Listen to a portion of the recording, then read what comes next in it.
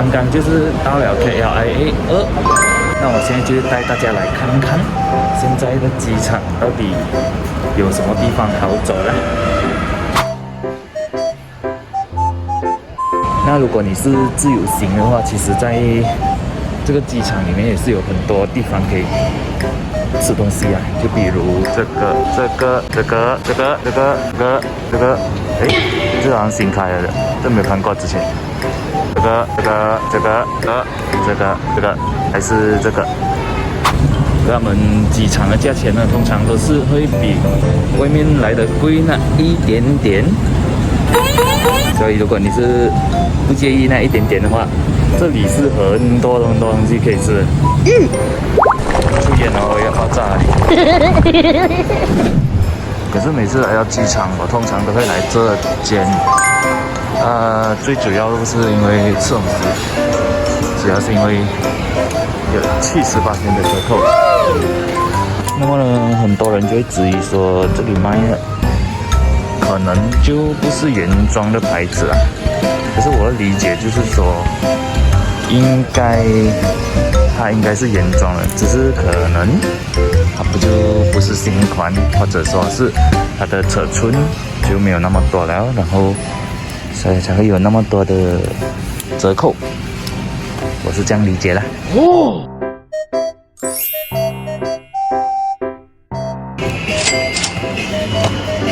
就这样。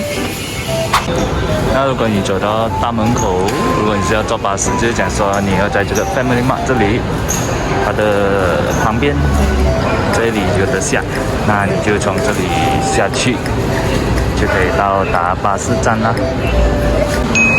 那如果说你要去那个 Mitsui Outlet 的话，他刚我去他的高德问了，他是说你要走去 B9 巴士站，然后它是免费的，所以他是会免费带你去到 Mitsui Outlet。哦，刚才我听错了，是 B9 不是 P9。原来这里也是有写的。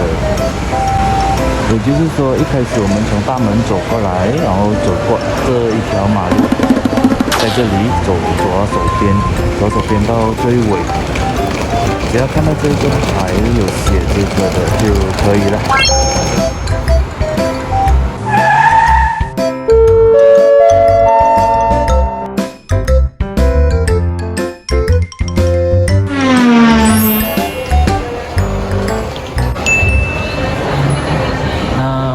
就是到了这个 Mitsui Outlet， 从那个 KLIA 2来到这一个 Mitsui Outlet 大概是20分钟，因为它首先还是先转过去 KLIA 1，就是去载另外一批人，然后才会过来。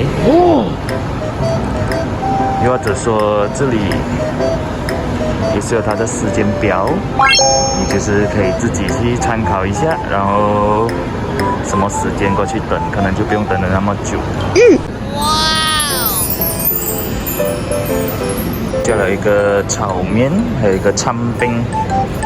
那么呢，这里有着各式各样的名牌，很多都是在做着70%那一些特价，所以如果你想要买一些名牌啊，也不要太贵了，这里其实是一个很好的选择。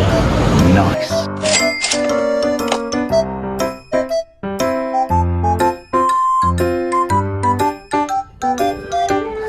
然后现在就是来回同样的地方，就是等巴士回去 KLIA 2，然后我再去买巴士票去 KL Central。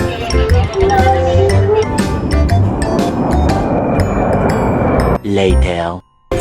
巴士到了。如果说你是打 Grab 要去那个 Mitsui 的 Outlet 的话，相对还是比较贵的。所以说那个巴士是比较挤，也比较没有那么舒服。